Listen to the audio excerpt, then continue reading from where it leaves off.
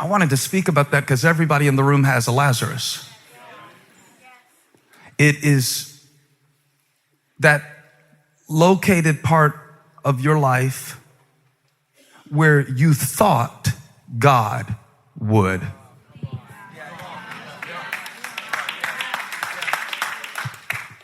It could be a help that you expected emotionally. It could be a help that you expected relationally. It could be, what did his name mean? One whom God helps. And what did the sisters say when they sent for him? The one that you love. It is a direct contradiction of their expectation and an apparent contradiction of Christ's character. That because he loved them, and he didn't just love Martha, and he didn't just love Mary, he loved Lazarus. And I don't know if you've read the whole story before, but after he says Lazarus won't die, Lazarus dies. The Lazarus factor. It is that sometimes the exact opposite of what you thought God would do based on who you knew him to be happens in your life. And everybody has a Lazarus. Everybody wanted to play college baseball and tore their meniscus. I don't even know what a meniscus is, but I hear people say they tore it. Everybody has an ideal of what they thought a relationship would be until you discovered there were some things about them that did not show up on the third date or the fourth date or the fifth date or the sixth date or the seventh date. You didn't see those crazy eyes, did you? Until y'all shared a blender. Oh, when you start sharing stuff in a house, you find out. Now, I'm using trivial things here because if we think about it in too epic of a fashion, you won't allow yourself to locate your Lazarus. If we don't speak in a specific fashion about those little things that disappoint us, those little Lazarus, those little things that we bury, those little hopes that were crushed, those little dreams that were stripped of their meaning and potential, those little moments that were stolen by what people did or said, those little doors that were closed right when you were trying to walk through them. If we don't break it down specifically, you will keep it out here at a distance, because that's what we always do to God when we are disappointed. We put him at a distance and we allow him to come no closer. And I'm going to show you in the text that that's exactly what the sisters did when they lost their Lazarus. What do you do when you lose your Lazarus? What do you do when God leaves you unread? What do you do when he listens to you pray but decides apparently to stay 2 days away until the messengers come and say, it's too late. Lazarus, the one you love, has been laid to rest. The Lazarus factor. And now Jesus has some explaining to do, because he said he wouldn't die. And then he waited 2 days. And then he died. I'm smiling not because the story is happy, but just because I know the outcome. You hear me? I'm smiling because I've only read up until verse 6 right here in front of you. But I read to verse 44 all week. As a matter of fact, I'm smiling about something that I read in verse 2. I'm going to show you this real quick. It says in verse 2, this Mary, whose brother Lazarus now lay sick, was the same one who poured perfume on the Lord and wiped his feet with her hair. Can I tell you something? That doesn't happen until chapter 12. It's a flash forward. Y'all been watching This Is Us? It's a flash forward. Is to let us know that even though Lazarus dies, his story does not, because this same Mary who is disappointed in chapter 11 is going to be worshiping in chapter 12. Now go ahead and make up your mind. I'm going to be worshiping in chapter 12. I'm going to be worshiping next Monday. I'm going to be worshiping no matter what happens in this deal, this dilemma, this trial. This saturation point is only going to serve to release greater glory. In my life, in my family, in my generation, in my bloodline, there will be declare it and decree it by the eyes of faith.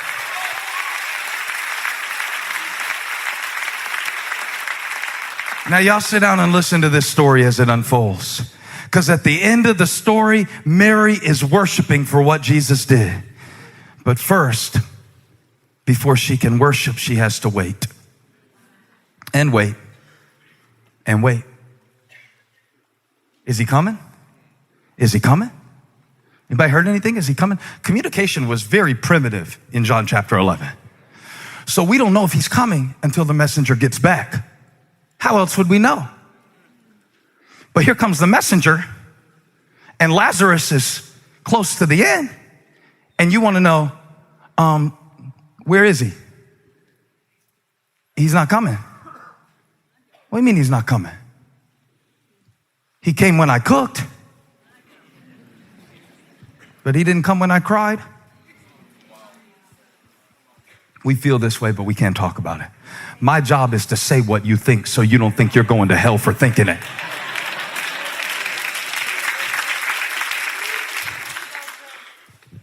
And this is kind of humorous too, okay? I love how God puts a little bit of humor for those of us who are slow.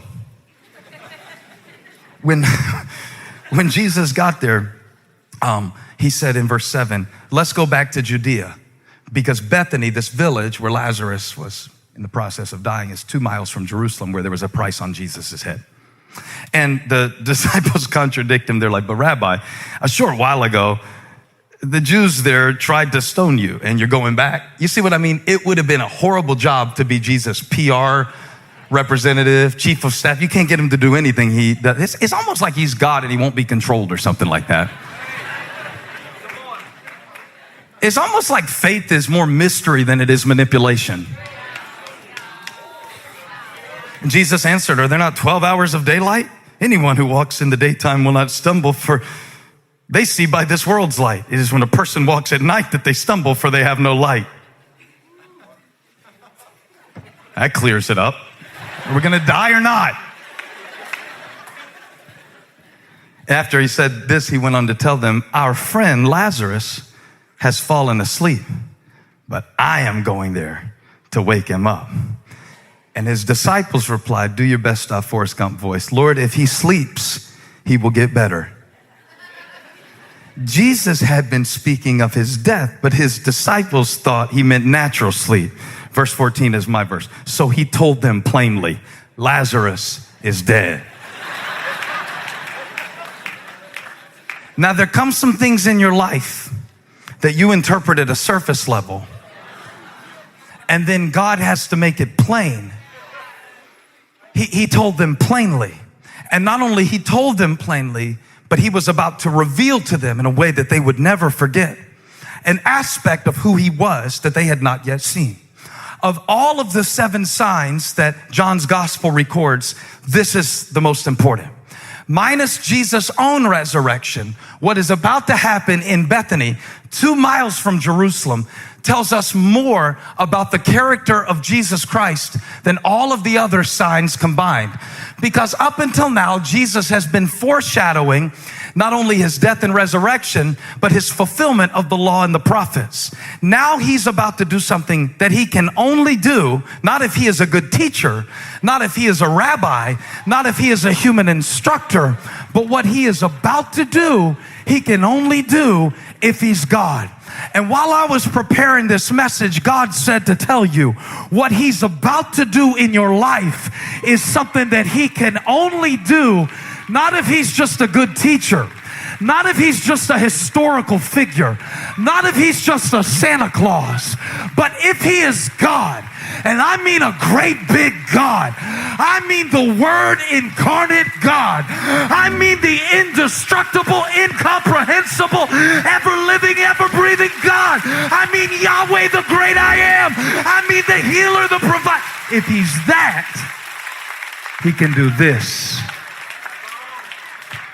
He said, I'm going to wake him up. They said, let him sleep. He's sick. And Jesus said, my God, you're bright. And the remedial lesson of faith happens in the action, not the explanation. Because verse 15 is kind of hard to understand. Because he said, for your sake, I am glad I was not there, so that you may. What did I tell you was the purpose of John's gospel? So that you may what? Feel amazing. So that you may get rich and famous. So that you may. The Lazarus factor is that everything that God allows you to lose can lead to a deeper belief in who he is.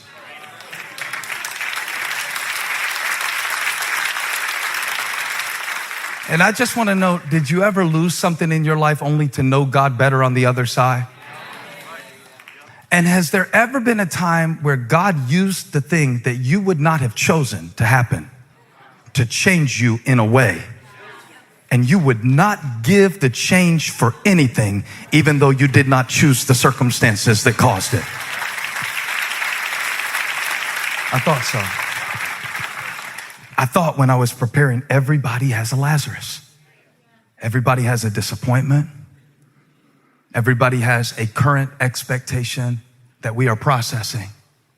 And Jesus shows up, not on time. I was going to say he's fashionably late, but he's actually functionally late.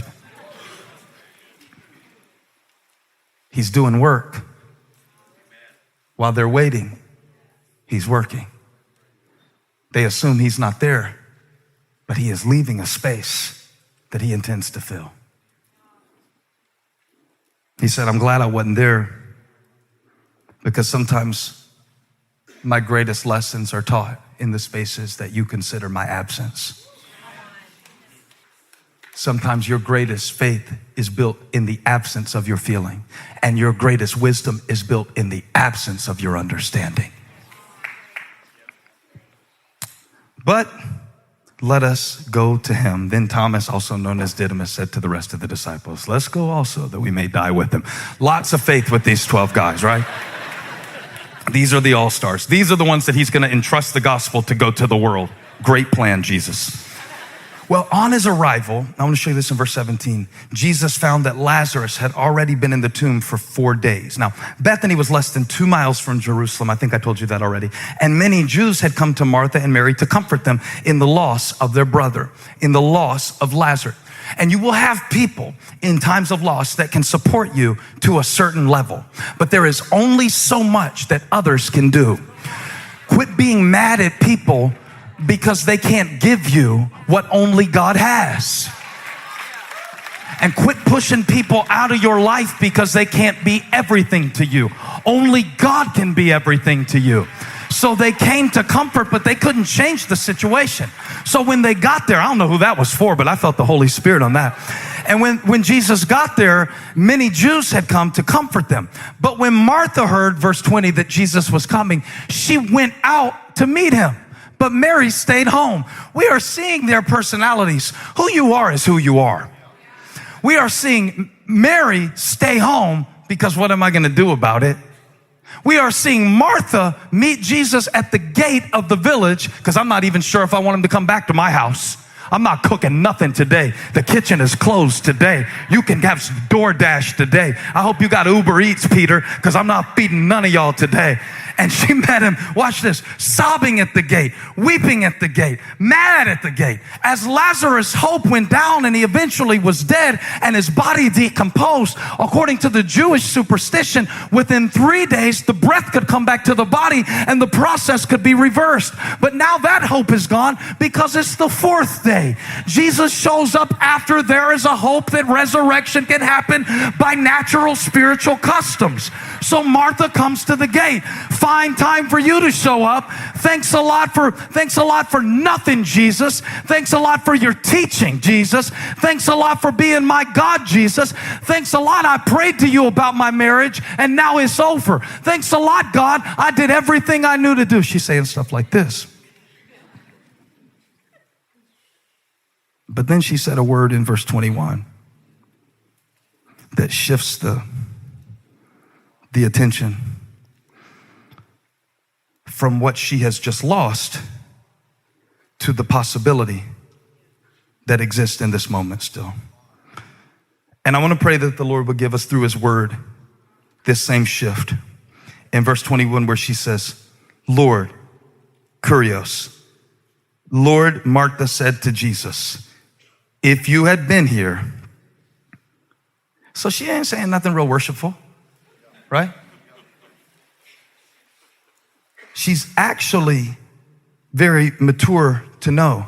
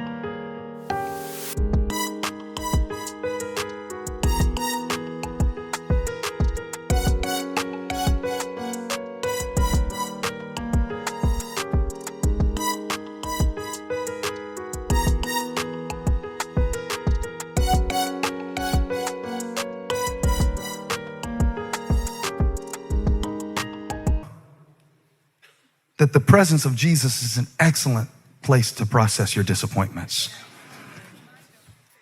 And if you don't learn how to process your disappointments in his presence, you'll process them somewhere else that is not safe. Or they will become toxic oxygen and you will choke on the lack of the compassion that he can give. So I think it's really beautiful. The Lazarus factor lets me know that I can let God know when I'm let down. You know, you never lost a battle except this one. You never lost a battle. You remember when I came over to the studio that day and we were playing around and I said, you never lost a battle. And I talked about what if we recorded that and we may do this remix for a Christmas version or something. If it gradually got more honest as you sang it. You've never lost a battle. You seldom lost a battle. Oh, come on. This is John chapter 11. Lazarus is dead. Yeah, but he's about to be resurrected. He dies again. He still dies. He just got resurrected for a little while. He's not still walking around. Everybody dies. He dies again. There's only one person who didn't die again.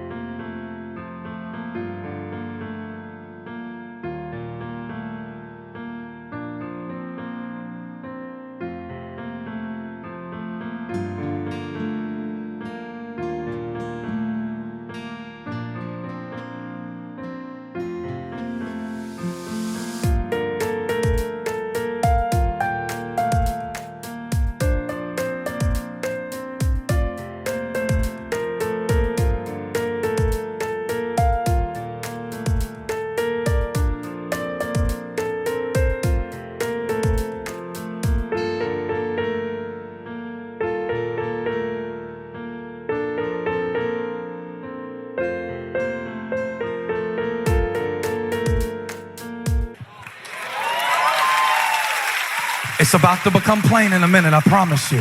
What God is doing in this season of your life is about to become plain, but only if you get honest. Only if you get honest. If you had been here, my brother would not have died. But I know that, say the next two words out loud. Even now. It would be one thing for you to stay in the past. It will be another thing for you to look to the future. But there is power in the now. There is power in the presence of God. There is power in an honest confession of faith that I don't understand this turn of events, but I know that even now, God will give you whatever you ask. I know that possibility stands before me. When? Now. I know that potential for healing is before me. When? Why aren't y'all here with me? I thought I was in front of some people who have lost some Lazarus in your life and lost some time and maybe even lost some opportunity and maybe even lost some hope and maybe even lost some optimism. But I declare now in the name of Jesus, even now God can do it. Even now God can break it.